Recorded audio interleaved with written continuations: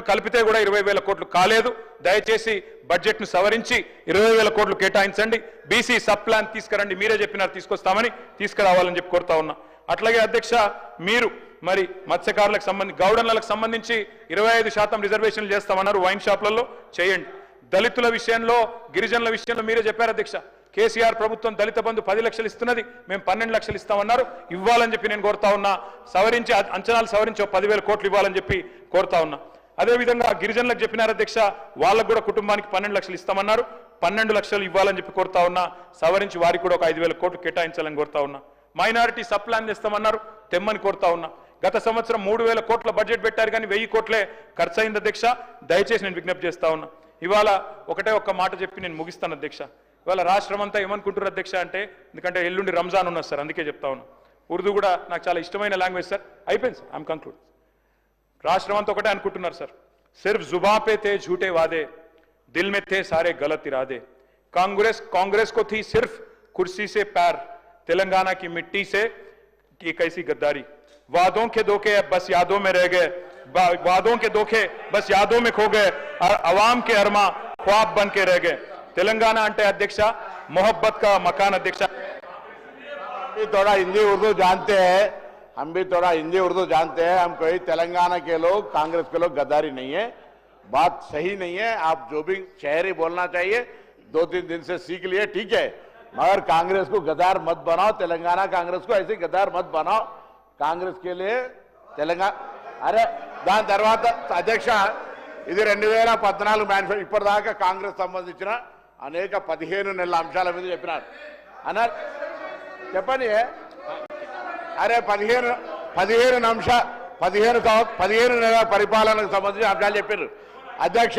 2014 మొట్టమొదటి ముందు మాటనే ఆంధ్ర వలసవాదుల పరిపాలన విధ్వంసమైన తెలంగాణ గురించి చెప్పి మొట్టమొదటి 7వ పేజీలో వాళ్ళకి కాపీ పంపించాలి అధ్యక్ష. పరిపాలనలో ప్రజా సంఘాల ఏర్పాటు జరగలే అధ్యక్ష. పరిపాలనలో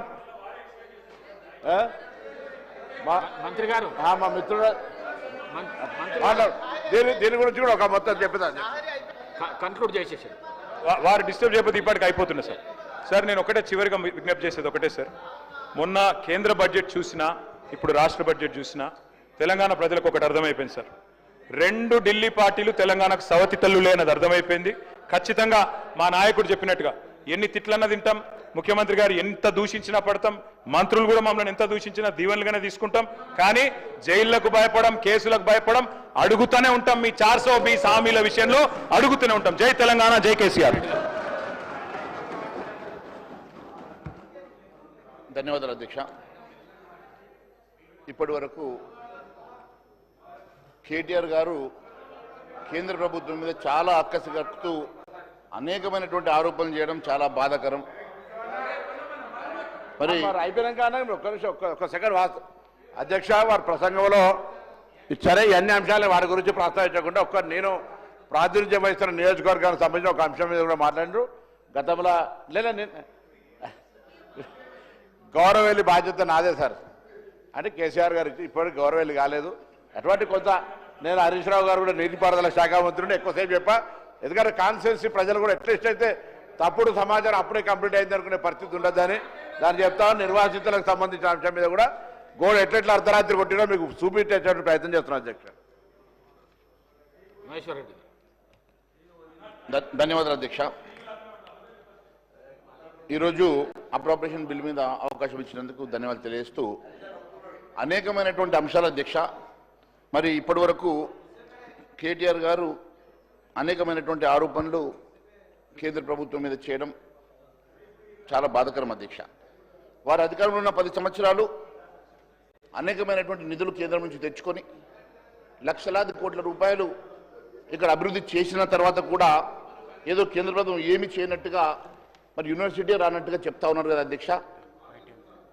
వారి నియోజకవర్గం గజ్వేల్లో హార్టికల్చర్ యూనివర్సిటీ వచ్చినమాట వాస్తవం కాదా అధ్యక్ష? మురుగురు ట్రైబల్ యూనివర్సిటీ రావడం వారు చూస్తలేరు అధ్యక్ష.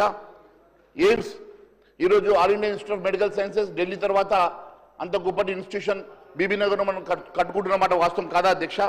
ఈఎస్ఐ డెవలప్మెంట్ హాస్పిటల్ మనము కట్టుకునే మాట శరత్ నగర్లో ఇది వాస్తవం కాదా అధ్యక్ష? నైబర్ పటాన్చెరులో కానీ ఎన్టీపీసీ ద్వారా 800 మెగావాట్లు 6,200 కోట్లతో కానీ పసుపు బోర్డు కానీ అనేక అభివృద్ధులు